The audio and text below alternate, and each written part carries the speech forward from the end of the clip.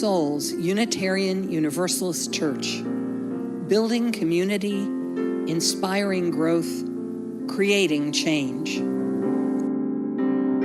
Here in the heart of Kansas City, we come together to create this hour of shared reflection so that we might be renewed in courage for these times and inspired to lives of greater dignity, higher purpose, deeper generosity, and more effective action. If you are new to Unitarian Universalism or to our congregation, we want to get to know you and share a part of your journey. If this place is already your spiritual home, welcome back. We need one another, and it is good to be together again. We are so excited to be together in person again after almost 2 years of gathering only online during the coronavirus pandemic. Nevertheless, through the gifts of technology, we continue to celebrate community and connections with each other online also, as we lean into the values of justice, compassion, and reason. Together, we learn the love that has the power to overcome both loneliness in the heart and oppression in the world. Welcome to our service this morning. May the words and music and images that we offer today nourish our best selves, calling forth abundant wisdom and love. Arise, O souls, arise.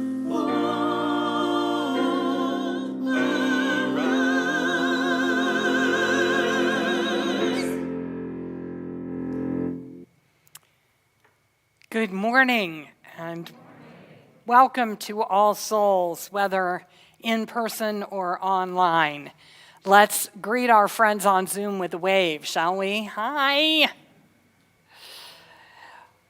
Welcome to this hour of reflection, renewal, and rededication. We set aside this moment in the week to attend to matters of value and of the Spirit, to widen our focus to the whole interdependent web of existence and to our common humanity. Here in the community of memory and promise, we seek together the depth of our inner life, the urgings of conscience, the longings of love, the creative possibilities that each new day offers, the sacred memory of all that we have cherished and lost, the beauty that will not let us rest until it is shared. There is much in the world around us to regret or deplore, evil to overcome, trauma to heal. So much care and help that we might offer to others. Here, let us be reminded also of our finitude. Even as a covenant community, our powers are limited. We do not run the world. Today, urgent history unfolds on the other side of the globe, and we as Americans, we as liberals are not at its center. That is a hard humility for those whose privilege makes us accustomed to being in charge. And yet, we have a role to play in these events. First, we can and must bear witness. It matters that the world is watching. It matters that history shall not be erased and freedom shall not be spilled away unnoticed. It matters that aggression and violence shall be named and condemned and remembered. It matters that we not look away from this devastation. It matters that might does not make right. Resistance matters, even if it does not meet with immediate success. Second, we can add our weight, however slight, to the scales of humanity and justice. We can pressure our own political leaders to do right, to help both the defenders and the displaced in wise and meaningful ways, to work as partners in the international consensus of allies, protecting the kind of national security and sovereignty that we expect for ourselves. We can pressure the corporate bodies who want our business, and the artists and athletes whose choices reverberate, and the news sources whose information shapes this narrative, to heed the call of conscience over profit, and to withdraw their approval and complicity from a rogue regime. Finally, we can be personally generous to the urgent needs of those who have suffered great harm. We can support the long-standing work of the United Nations through its High Commission on Refugees, through the work of UNICEF for children. We can give to the Red Cross, to Doctors Without Borders, to World Central Kitchen, and other respected international organizations. We can donate through our own Unitarian Universalist Service Committee, which is working with local organizations, including our Unitarian partner churches in Romania as they are receiving refugees. Or through Caritas Ukraine, a credible national organization that is distributing desperately needed resources to people displaced within the country. We can be creative, like the people who are booking and paying for Airbnb reservations in Ukraine that they do not intend to occupy, as a way of getting money directly into the hands of ordinary people there. Every such effort is both a tangible benefit and a message of solidarity to those on the front lines of a war they did not make. You are seen. The world cares. We are in this together. The light of our chalice flame this morning shines out to those brave, resourceful, and vulnerable kinfolk. We who believe in the interdependent web of all existence, as well as the goal of world community with peace, liberty, and justice for all, hold their suffering in our hearts and their lives in our hearts. As this flame was born in our service committee's work for the threatened refugees of Europe 7 decades ago, may it burn today with courage and hope for the people of Ukraine, dedicated to renewed freedom, justice, and peace in their land and everywhere throughout the globe we share. If you would be willing, please share with everyone in the chat where your chalice is lighted this morning.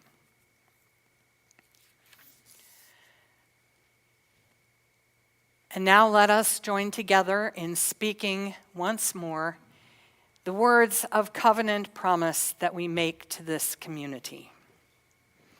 Together we affirm, goodwill is the spirit of this church, and service is its law. This is our great covenant, to dwell together in peace, to seek the truth in love, and to help one another. Good morning. Is this thing on? Hi. I wanted to say hi and welcome my good friend Sarah Lepar. She's with us this morning and will be our song leader. We're singing some different tunes this morning, and some of you may know them. The choir will know some of them, so you might hear some voices around you. So enjoy our our tunes this morning, and especially the words to both of these hymns, I want to do a quick commercial. Choir practice is meeting on Mondays. Tomorrow will be a choir practice at 5:30.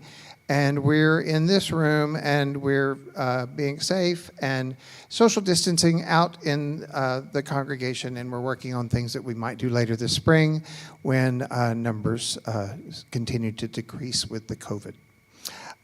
Thank you for being here this morning, and please rise and hum along or sing Praise the Source of Faith and Learning.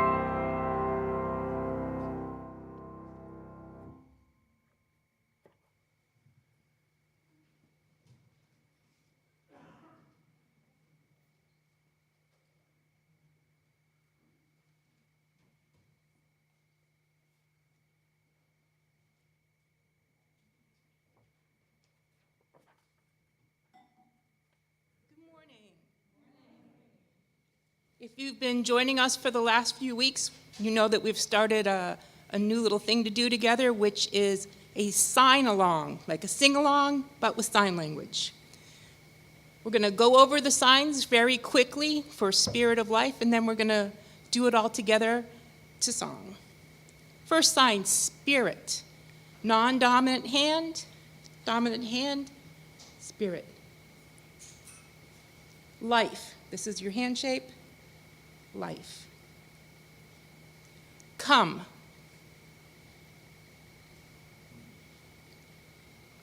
Sing.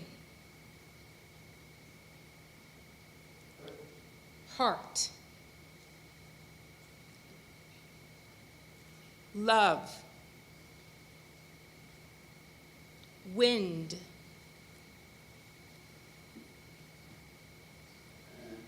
Ocean or sea. Non-dominant hand is going to represent the shore. Dominant hand, the waves. And then our waves go out.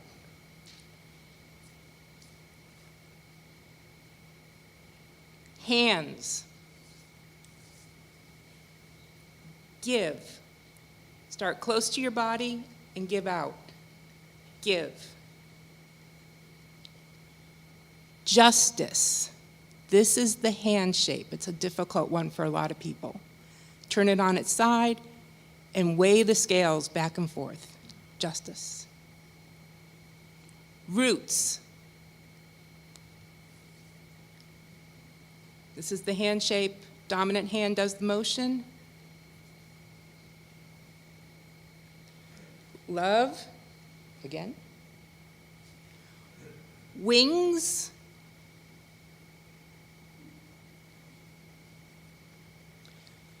Free. Same hand shape we used for justice, only this time it breaks apart. And then just real fast, Spirit, life, come, and then for the big finish, we're going to sign come again and stand back and bring it on in. I invite you to stand if you wish.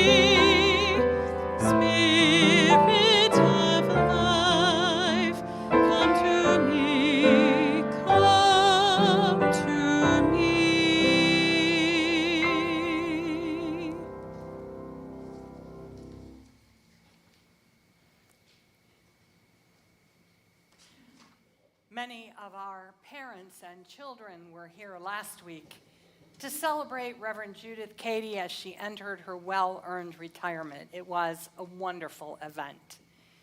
With 10 years' experience as the religious education assistant, Melanie Yackel has taken on overseeing our nursery, preschool, and elementary age program, and we look forward to welcoming her formally at our Spring Fling RE celebration on April 3rd.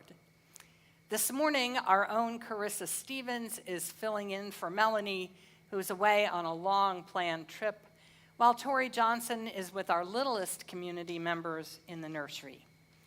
It is very exciting to see the new generations taking over and their care for our current youngsters. While all of our caregivers and a bunch of our older children are vaccinated, we also appreciate the caution that many parents still have about exposing their families to the continuing risks of COVID. We will continue to work on offering both in-person and online connections for our youngest members, and encourage everyone to do whatever they feel is appropriate to stay safe. For now, any children who are here this morning are invited to go with Carissa and join their classes as we gently sing their departure. Go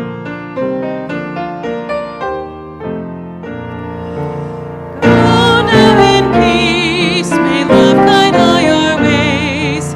Beauty be the blessing of your nights and days. Truth on your lips and kindness in your deeds. Faith to follow where the human spirit leads.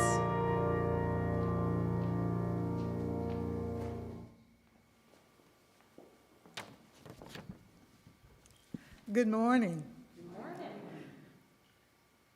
Can you hear me? Okay.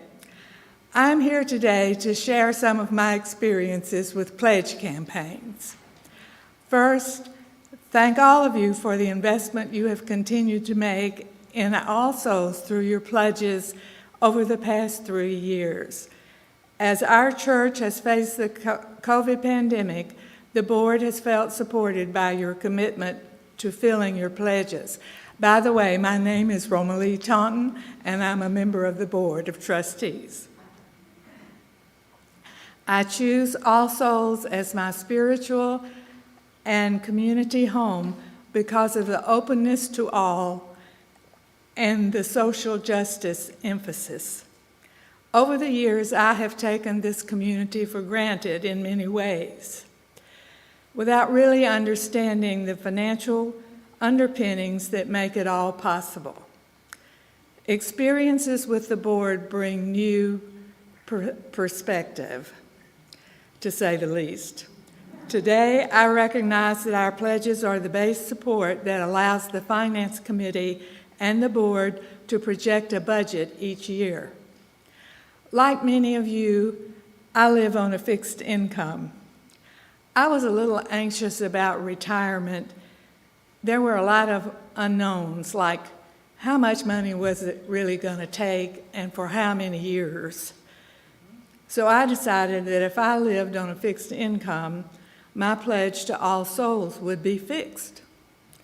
That way, I could donate any discretionary money to the music and religious education programs, Carver School, and Moore Square. After we began discussions about All Souls' budget for next year, I decided to revisit my fixed pledge decision. Reviewing my recent annual giving was enlightening. Guess what? While my pledge remained fixed, my special donations have increased over time. Has that happened for any of you? Such imbalance is a problem. All Souls benefits from all the money we give, but the special donations are unknown when the budgeting process starts.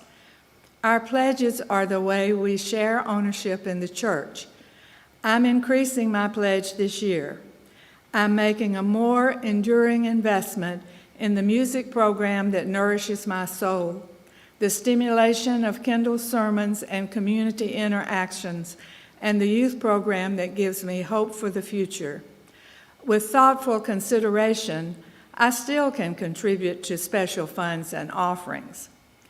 All of our giving to All Souls is important and appreciated. However, our pledges are the base support to ensure that our facilities are maintained and that staff and favorite programs continue to be available from year to year. Conversely, our special donations are used for problem solving and for adding value. Moving on, in order to present the budget for congregation voting at the annual meeting in May, the Finance Committee will use the total amount pledged by March 15th as the base for budget projections. Of course, the church will continue receiving pledges throughout the year, but only the pledges submitted by March 15th actually can be projected as the base for budget planning. Are you following our progress with pledges on our website? Here's the picture. Last night, we met about 24% of our goal. How far do you think we can get by March 15th? 50%? 75%? 100% of our goal? If you have pledged already, I thank you from the bottom of my heart. If not, I urge you to make your pledge by March 15th. The connection for pledging is front and center on our website, on the homepage. Those of you who communicate with All Souls through the U.S. mail should already have received the pledge packet. Thank you for listening.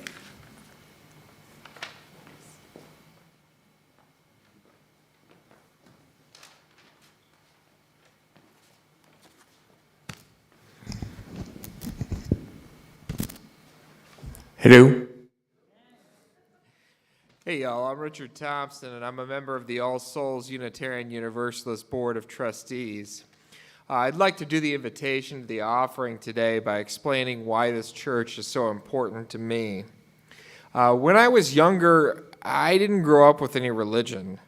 I had no background, no education. We never went to church. And there were disadvantages and advantages to my lack of religious background. Never were the disadvantages more apparent than at my uncle's wedding. You see, my uncle married a Catholic woman, and her family wanted to have a full Mass. I was 7 years old and very hungry, so when communion started, I stood. Some of you can tell where this is going. When communion started, I stood up and said, "Mom, they're getting juice and cookies. We gotta get in line." My mom was like, "Shh, no, that's not what they're doing. Sit down." And I was like, "No, I can see they're drinking juice and eating cookies." I was really mad. And she was like, "No, shh, I'll explain it to you later." People over the wedding are cracking up. But there's a lot of advantages to not having religious forced on you. I was able to pick and choose from different religions what I truly believed and not what I was told or forced to believe. Still, I felt something was missing. So as an adult, I sought out a religious home and a spiritual center. Many of the churches I went to were frankly not very friendly to me and my family. I was told repeatedly by just about every church that my sister and father were going to hell because they were atheists. I was told by many people in churches that I was going to hell because I was attracted to other men physically.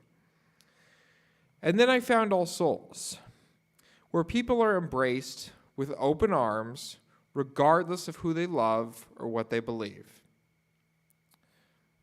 This was a place where I could learn about different religions and still be embraced and loved for who I am. So please give to the All Souls offering today so LGBTQ+, atheists, and everyone else in our wonderful community has a place to call home. Thank you.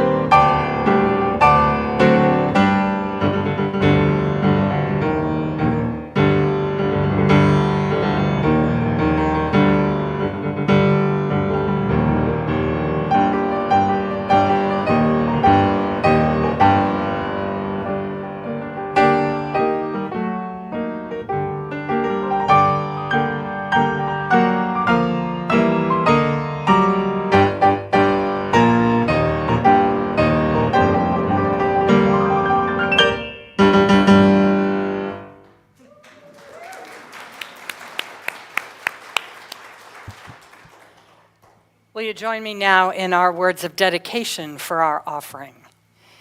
We dedicate our offerings and our actions to the mission at the heart of this congregation, to build a respectful, caring community, to inspire personal and spiritual growth, and to create change in just and compassionate society.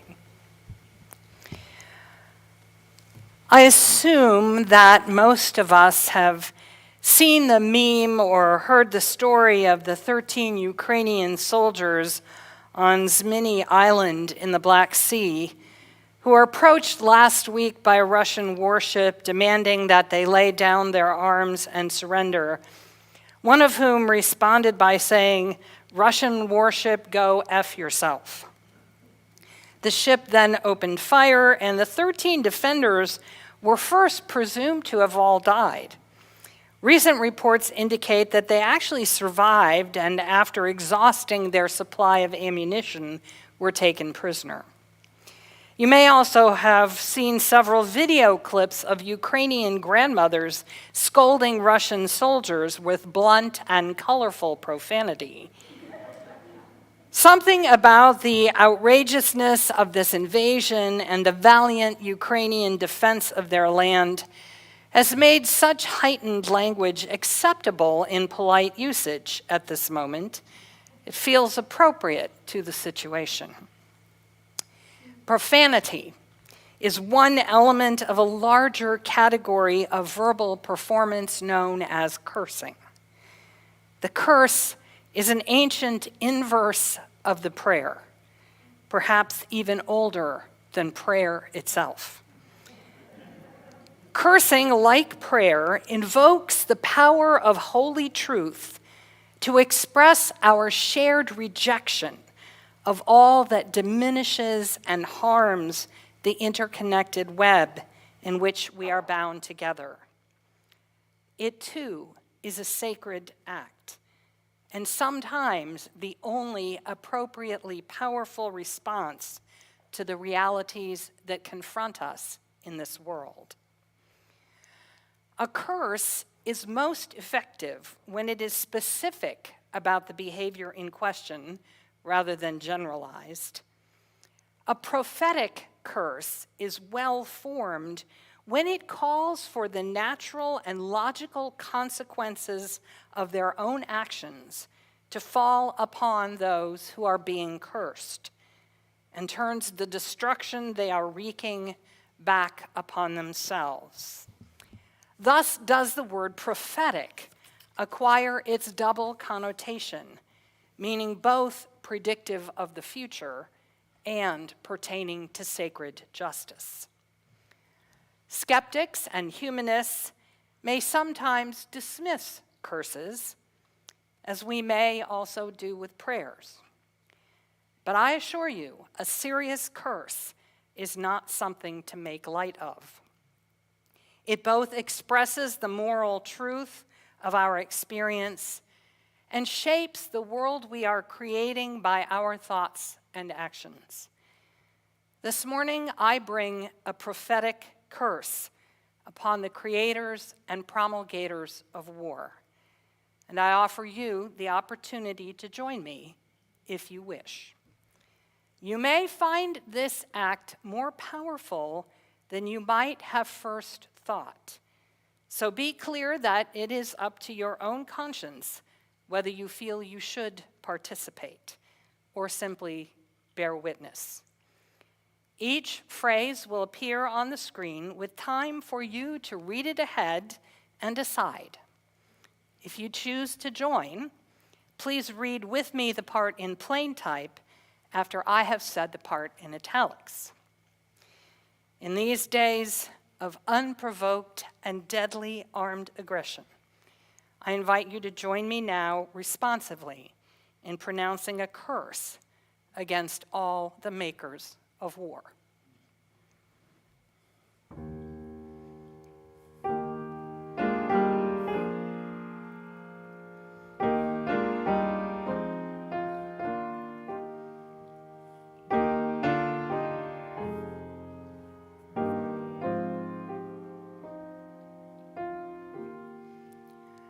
Cursed be those who pervert the human capacity for idealism and self-sacrifice by glorifying war. May their lie shame them in the pages of history.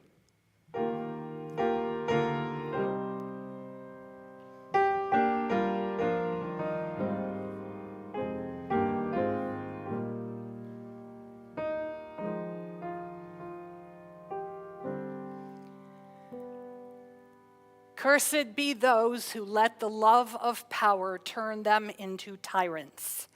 May they be held accountable by the people they ought to have served more nobly.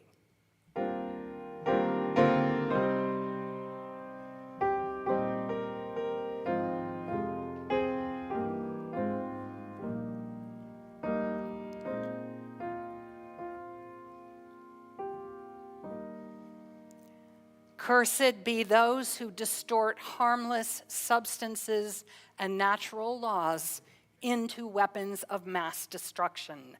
May their works be made manifest in their own bodies.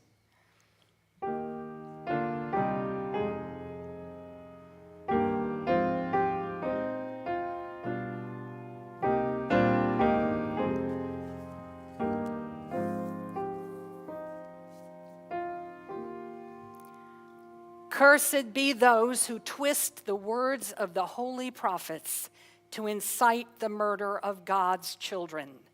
May the wrath of their deities fall upon them.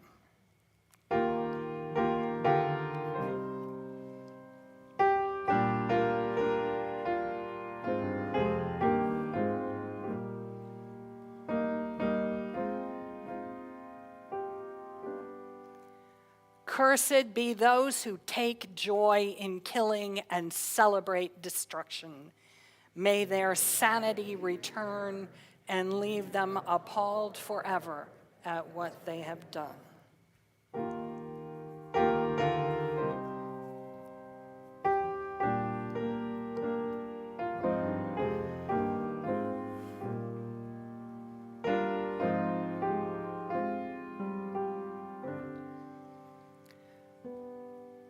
Cursed be those who profit from the industries of war.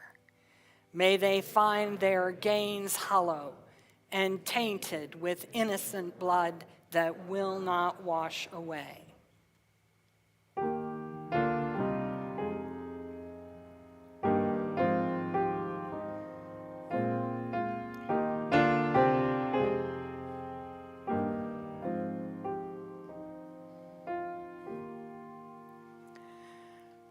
Cursed be those who send young persons on the threshold of life into the jaws of death. May they wait in agony for their own beloved children to return from battle.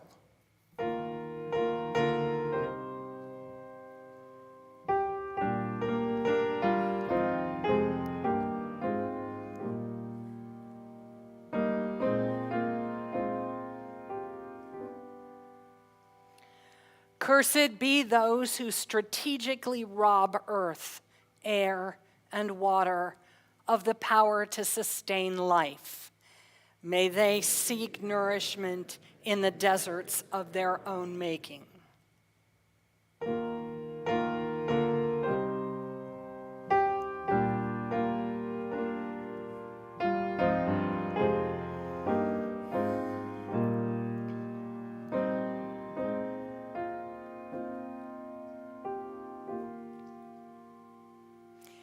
Cursed be those who destroy the safety of homes and the ordinary workings of community.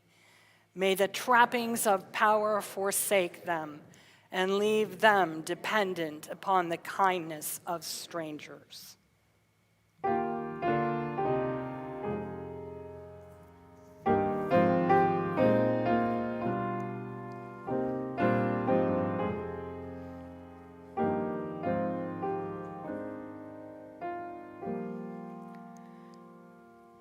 Cursed be all who by inaction assent to the waging of war.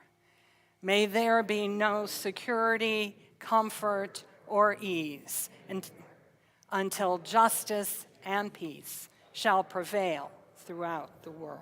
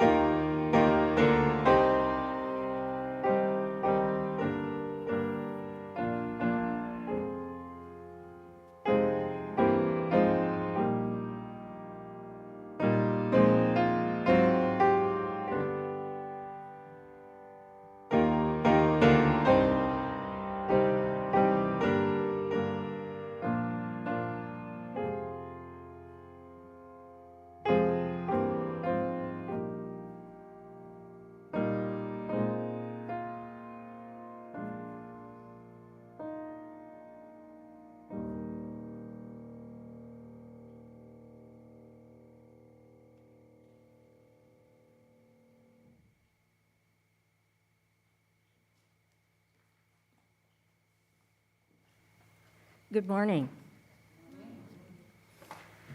This reading focuses on Star Trek creator Gene Roddenberry. It was published in the Humanist magazine in 1991, just 6 months before he died. Gene Roddenberry is one of the 20th century's most influential yet unheralded humanists. Based solidly upon humanistic principles and ideas, his creation of Star Trek has moved, inspired, and sparked imaginations of millions around the world for more than 50 years. The basic message of Star Trek is that human beings are capable of solving their own problems rationally, and that through critical thinking and cooperative effort, humanity will progress and evolve. In the course of interviews with the Humanist magazine and others 30 years ago, Roddenberry made the following observations about his perspective on religion. Here's what he had to say. At an appearance in Denver, someone wrote a question, "What is your religion?" Well, my answer was, I do not belong to any church, but I do consider myself a religious man. I believe I'm part of you, and you're part of me, and we are part of all life. Also, a part of the creative force and intelligence behind life. Therefore, if we're all part of God, then our lives aren't brief, meaningless things, but rather they have great importance and significance, all of us and each of us. Now, it seems to me it's likely that heaven's here right now. If you could take life with its pain and misery, where you sometimes win and you sometimes fail, and package it into a game, well, people would pay a fortune to have this game. And I don't know that I'd want it to be resolved so peacefully that the game would be all over. So I can see us moving forward toward that infinite oneness full of wisdom and peace and so on. I find myself drawing back and saying, better we should have the loveliness of disagreeing. I don't want to play Monopoly if my dice are perfect every time.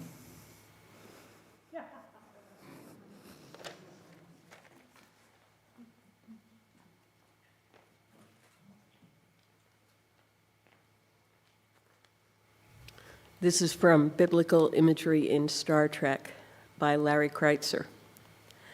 Colin Morris, former head of religious broadcasting at the BBC, once wrote, "Television is the most potent source of myth and symbol for increasing numbers of people.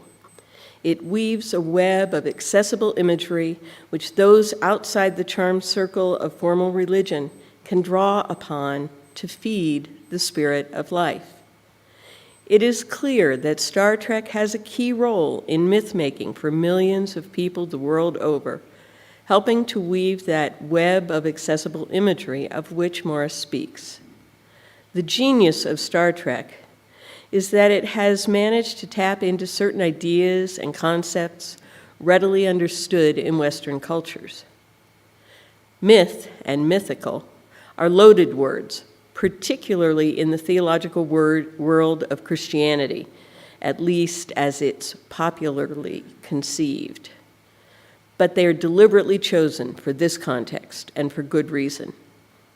In a glossary of literary terms, M.H. Abrams says that myth is the solidly imagined realm in which a work of fiction is enacted. In this sense, I believe it is possible to address the idea of the Star Trek myth, and I have made some tentative suggestions about the precise religious connection and theological underpinnings that it has. I hope I have demonstrated the theological undergarment, so to speak, of that myth. There is a great deal that may be profitably explored here, particularly when we consider how rarely professional theologians have anything to do with popular science fiction writing. There's much to their own detriment, for there's no doubt that for many contemporary people, a worldview created by science fiction functions in precisely the same way within their lives as did the worldview created by religious belief for previous generations.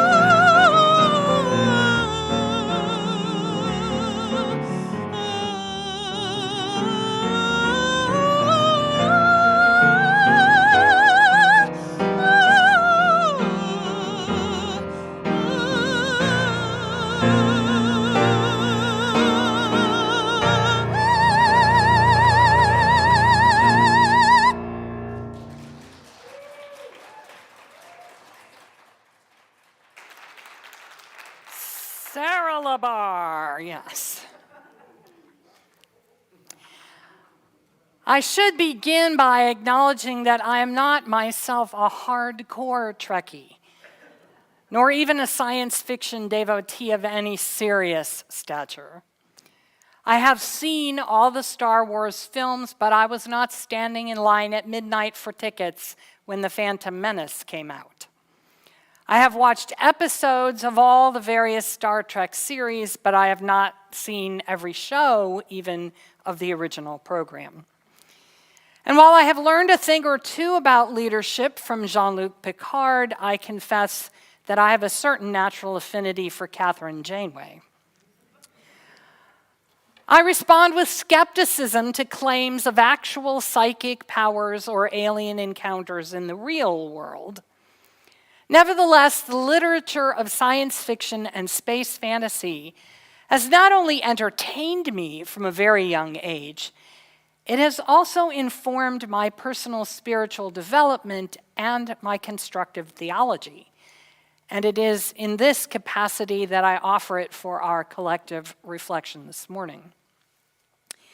It began when I was a young teenager with Robert Heinlein, whose science fiction stories with juvenile heroes were some of the first books I really liked that did not necessarily have altogether happy endings.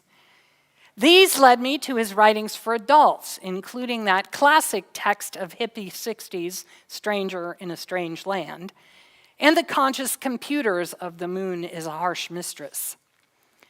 Heinlein's persuasive libertarian political vision also left me with an enduring suspicion of liberal orthodoxy's coercive panaceas for various social ills. During my early college years, my feminism was formed not only by Simone de Beauvoir, Ms. Magazine, and my own ambitions, but also by Marion Zimmer Bradley's fantasy world of Darkover, with its explorations of the impact of technology, sexuality, political power, and personal loyalty on the efforts of women to build lives of independence and integrity. My maturing tastes were drawn to the lyrically tragic meditations of Ursula Le Guin, in which futuristic fantasy was used to trace the limits of the fundamental human condition and the contours of moral decency. In the middle years of my career, I had been moved and enlightened by the books of Orson Scott Card, whose Ender's Game and Speaker for the Dead more insightfully recount the process of formation for ministry than any other writings that I know, either fiction or nonfiction. Lately, the dystopian worlds of Octavia Butler have tapped into what feels like the poignant wisdom of growing older. As a humanist, I concede that scientific knowledge, by definition, cannot answer the urgent theological questions of why we are here and what is demanded of us. Yet I would suggest that science and its revelations about the world are now the texts of the modern world's theological reflections. As Western culture once went to the stories of Scripture for material from which to launch contemplations of the universe and our place in it, we now go to the methods, ideas, and suggestive possibilities of science for the raw material of our narrative proposals about meaning and purpose in human existence. When authors and filmmakers want to tell a powerful story about the dangers and the potential of our future as humankind, they do not turn to the Bible for their images and conventions, but to science fiction. Thus, it seems to me worth our while to examine some of the structures and workings of the universes that are being presented for our consideration, and which indeed at some level vie for our adherence. The enormous popularity of both the Star Trek TV series and their spin-off films, and of the Star Wars movie epic, suggests that these fictional creations have touched themes that resonate in the common mind of our culture. To what extent do we want to affirm or to challenge the worldviews that they propose? To what extent are we already informed by their archetypes, and our lives as well as our understanding of current events shaped by the ways in which they have portrayed human nature and human possibility? Let us acknowledge, first of all, that neither a sequence of movies nor a TV series can possibly be the product of one creator. Dozens of artists and technicians must cooperate to create the work that the viewer ultimately experiences. Yet in both of the cases that we are considering, there is or was an overarching presence whose vision originated and guided this collective work and shaped the finished product. And in both cases, Gene Roddenberry, the original producer of Star Trek, and George Lucas, the director of the Star Wars films, these creators were very well aware of what they were doing. In a videotaped interview with Bill Moyers, Lucas demonstrates that his vision of the continuing struggle between the forces of light and darkness in the universe, and affirms that such a battle is best understood and engaged when we believe in a force greater than ourselves. Roddenberry, by contrast, was himself a professed humanist, and he recounted to several interviewers his intention, implicit in the original Star Trek series and explicitly formulated as he undertook to create the Next Generation, to portray a world in which humanist principles and values were dominant. Roddenberry associated all religion with the Baptist tradition of his upbringing, which he and his entire family seem eventually to have rejected. The portrayal of religion in the first two series is almost uniformly negative. The Enterprise crew are not religious. Indeed, Roddenberry specifically rejected the suggestion that there ought to be a chaplain aboard the starship. Whenever religious beliefs or practices are encountered on planetary visits, they are repressive and or infantilizing forces in the local culture. And often Captain Kirk and the crew are willing to ignore the prime directive of non-interference in order to liberate the inhabitants from the deadening effect of their religious convictions. Irrational beliefs are a stumbling block to human maturity, intelligence, and progress, according to this view. And the Starfleet universe is one in which such stumbling blocks have been overcome and removed. On the rare occasions when spiritual practice or faith does make a more neutral appearance, it is always among the alien characters, the Klingons, the Vulcans, the Bajorans, even the Native American spiritual heritage of Commander Chakotay in Voyager. These somewhat more positive portrayals usually depict a non-theistic approach reminiscent of American understandings of Eastern traditions, particularly Buddhism. It is perhaps not surprising that Roddenberry's second marriage was celebrated with a Buddhist ceremony. His humanism seems to have been more compatible with such practices, and if religion was to be countenanced among the non-humans of the Star Trek universe, this is what it would look like. But it is easy enough to cast brickbats at organized religion as it is commonly perceived in American culture. And Roddenberry's presentation about religion is of genuine but secondary interest to me. I am more concerned with the ways in which both Roddenberry and Lucas seek to present their accounts of the nature of human existence and the universe that in themselves have the explanatory force and affective attraction of religion. The theology that is being done within these storytelling engagements is far more significant than the opinions they may incidentally express about theology. The world of Star Trek invites us to believe that certain things are true about what human beings are, what kind of place the universe is, and what we have the capacity to achieve. And so does the world of Star Wars.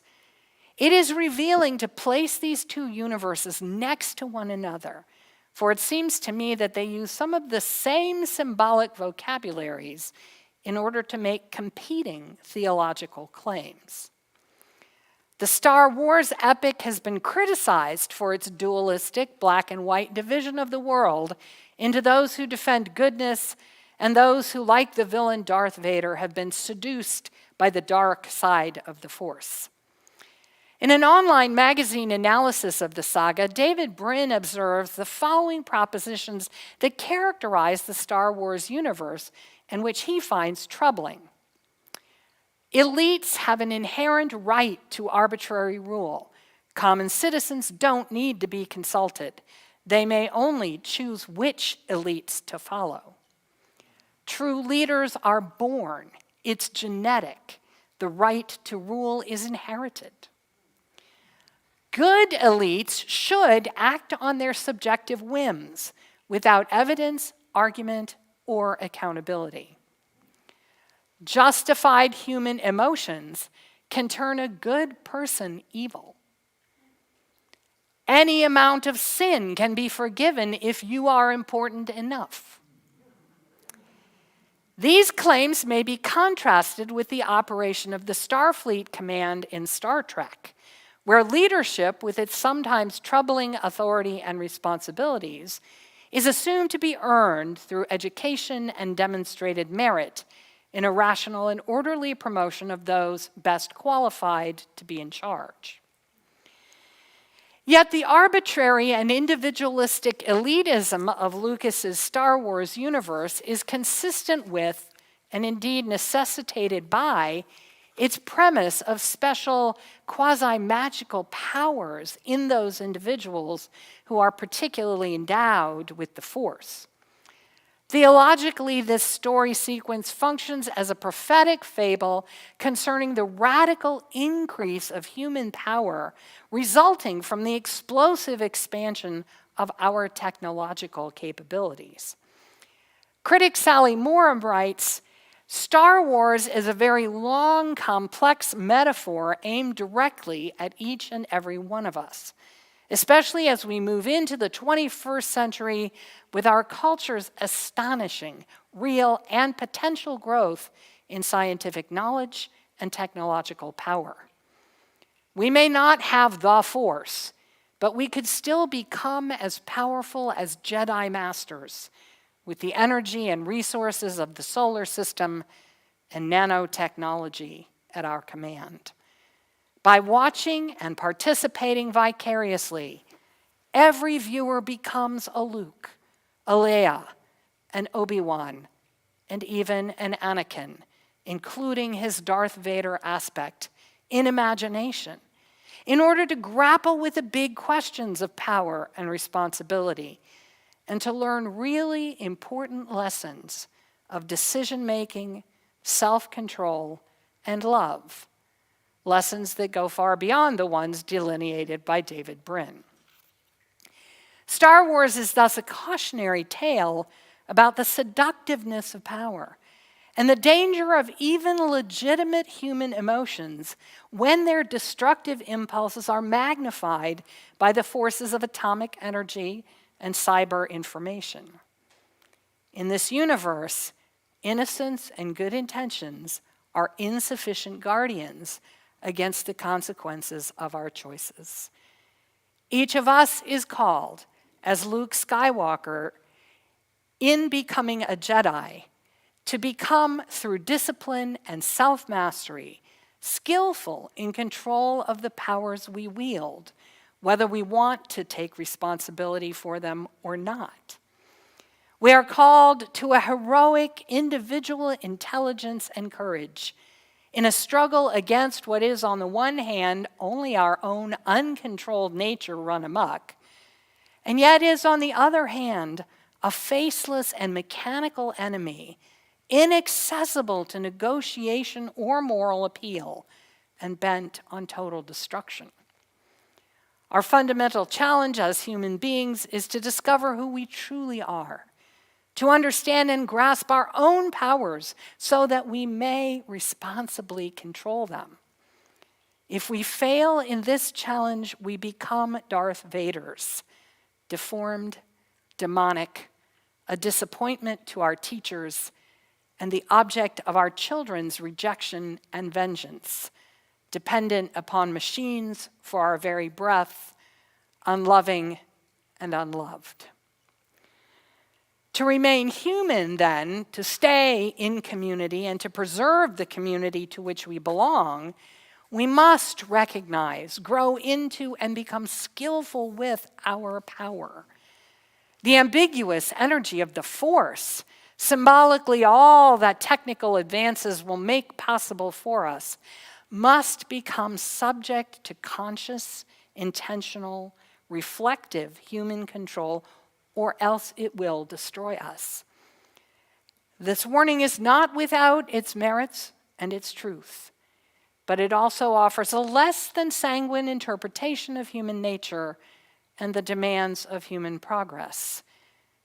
A warning which may appear especially apropos as Vladimir Putin increasingly throws off pragmatic restraint and embraces what Yoda would no doubt identify as the dark side of the Force. Roddenberry's humanistic universe poses a different set of questions, revolving, it seems to me, around the fundamental theological issue of what it means to be human in a universe more radically pluralistic than any of the racial, ethnic, gender, and other divisions that have so plagued humanity's actual history. Indeed, it is easy here in the 21st century to overlook how startling was the mere interracial and gender equality of the Enterprise's command bridge when the first show premiered in the 60s. There also was the part alien Mr. Spock with his implacable rationality, contrasted with the emotionally responsive and even impulsive Captain Kirk, to challenge reason as the defining characteristic of humanity. And I have to say, I find it a delicious irony that having so rigorously excluded organized religion from the first series, Roddenberry gave his lead character a surname which means church. But as the viewers, like the Enterprise crew, came to know and cherish Mr. Spock, the envelope of our inclusivity as to what we recognize as a moral agent equivalent to ourselves was pushed. In later shows, the inclusion of characters like the Klingon Worf, a representative of the Federation's traditional enemies, the android Data with his insatiable curiosity about and even yearning for real human experience, and the former maybe Borg participant 7 of 9, that envelope of moral recognition continues to be pushed. Are these characters human, or as good as human? Being portrayed by human actors, of course, creates in us a prima facie prejudice in their favor, which the definition of their background according to the conventions of the series calls somewhat into dispute. If all of these characters are recognizably human, it challenges, then what, if anything, is excluded from that definition?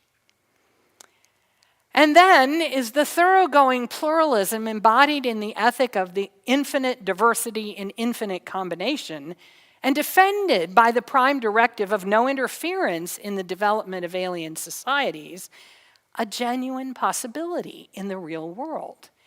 Is it even coherent within the fantasy universe of Star Trek itself? In his essay analyzing the series' hermeneutic of pluralism, Jeffrey Scott Lamp writes this: having said all of this regarding the worldview and hermeneutic of the Star Wars vision, it must be stated that the vision is not presented with utopian naivete. The framers of the vision clearly acknowledge the fact that there will inevitably be ideological conflicts among those subcultures existing within the larger social order. In the light of the passion with which religious values are held, it may be rightly asked whether the Star Trek vision of pluralism, tolerance, and cooperation is even possible. If the beliefs held by the various subgroups within the larger social order are self-designated as ultimately authoritative for ordering existence in the universe, then how might they be subjugated to the will of the larger social order and its secularly based directive of tolerant coexistence and cooperation among often widely divergent subgroups? The tack of the vision seems to be one of acknowledgement of the potential tensions while prescribing an approach to reality that allows for cooperation within diversity and for potential mutual cultural enrichment, all with an eye toward the well-being and advancement of the larger social order. Admittedly, this is an approach that is proffered from the perspective of the dominant secular worldview of the larger social order. As such, it is a view that will be far more palatable to the larger social order than to those whose very outlooks on the reality are far more exclusivistic. The view of the Star Trek vision is apparently that the attainment of cooperation within diversity on the larger social scale is sufficiently worthy of the aspiration of all for those subgroups within a more narrowly defined exclusivistic worldview to compromise their dogmatic claims of absolute truth. After all, very few will disagree with the basic goal of the Star Trek vision, that of a cooperative human society. Many will disagree with the secular and pluralistic worldview that is suggested as a framework for attaining the vision, especially those within faith communities who have their own visions for the fulfillment of human destiny. Nevertheless, the courage to go boldly into unfamiliar and potentially dangerous territories, a courage that epitomizes the vision of the Star Trek universe, is evident in this foray into a sensitive area of human existence. In point of fact, I would suggest that this illustration of the perils and potentials of genuine pluralism lies near the very heart of what Star Trek is all about. It is not so much a prophetic warning like the Star Wars saga of what might happen to us if we don't educate ourselves to control our power with skill and intention. It's a more prophetic vision of the universe that might be possible if only humanity could subsume its individual and small group ideologies in a larger commitment to tolerance and cooperation. Somehow, in a large enough universe, this vision suggests, out among the stars, confronted with the endless variations of infinite diversity in infinite combinations, we might become more aware of our human commonalities than of our differences. We might discover what intuition has already suggested to some of us, that life and its possibilities are too big to be captured in any one group or single person's formula. Indeed, we will be continually challenged to recognize what is to be included in the moral definition of human. Aliens, machines, collectives, enemies.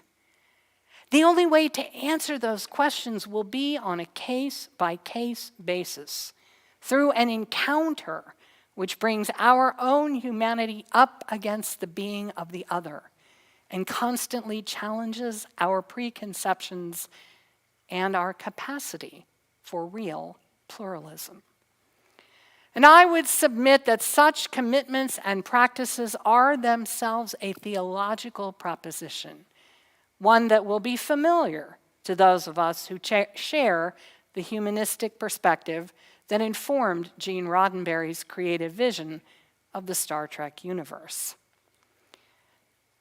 The vital difference between these two mythologies, as I see them, is that the Star Wars achievement of a reflective and intentional control of our powers is ultimately an inner task of personal maturity. It is not incidental that George Lucas was seeking to tell a story that would be captivating specifically to older children. But the ultimate and decisive battle for the fate of the universe can only be fought so many times. Eventually, we must learn to live in the aftermath of these cataclysms as adults in community. The challenges of inclusivity and pluralism as they are presented in the myth of Star Trek will not be resolved either by once and for all Death Star battles, nor by advances in technology or our control of it. It is not our capacity for magic that will save us, but our capacity for encounter, the curiosity that moves us outward toward a universe of infinite possibilities. Of course, in the end, the value of the myth is what it teaches us about the world in which we actually live and how it informs our perspective on that world. We do not need Klingons and charming androids and the Borg to practice the disciplines of pluralism and cooperation in our own lives. We can begin with the differences that are ready to hand for us, the differences of gender, class, and heritage that have ceased to matter among the Starfleet command. Can we learn to experience and honor the infinite diversity and infinite combination that characterizes even our immediate environment and the people closest to us here and now? Can we bring the respect for one another's integrity and dignity that is the essence of the prime directive into practice in our daily lives? Not, please, not because we have literalized this myth any more than we would literalize its predecessors in the spiritual fiction of our culture. We do not need to believe in warp drives or Ewoks any more than we needed to believe in Jonah's great fish. But we do need stories to tell stories of self-mastery and of encounters with the otherness of an infinitely diverse cosmos. Both stories that give us warning about the worst that may befall us, and above all, stories that give us hope for what, with vision and patience and striving, we might together become. It may be, the past 10 days are suggestive in this regard, it may be that there is something inherent in the human condition that will always resonate to the myth of cosmic conflict between the forces of ultimate good and evil, and the need to recognize our individual potential for giving our loyalty to the powers of justice, wholeness, and self-control, or to the dark impulses toward greed and domination.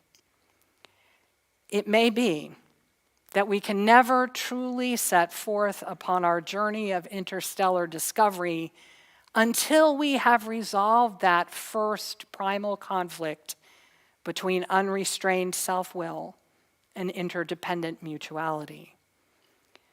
Perhaps the mythic premise of Star Wars will always be part of our species' heritage, but so will the summoning vision of infinite connections to explore, delight in, and learn from. An unending journey that culminates not in victory or tragedy, but in adventure and discovery. Wars end from exhaustion, if nothing else.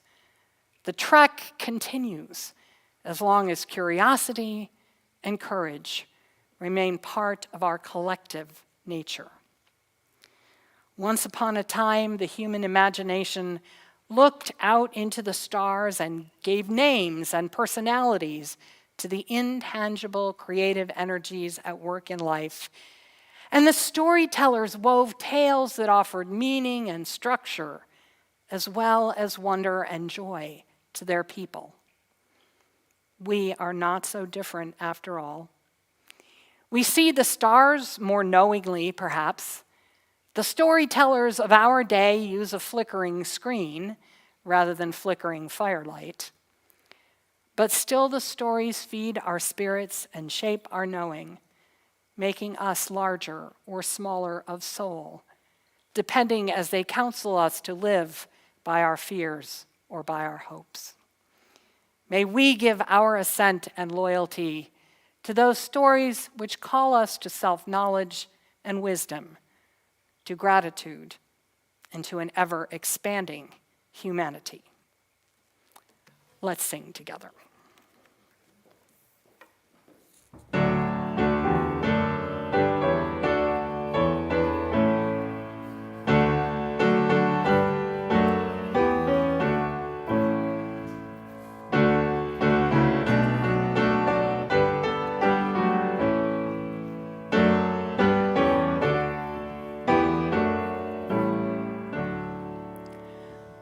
The star of truth but dimly shines behind the veiling clouds of night, but every searching eye divines some glimmer of its light. The certainty for which we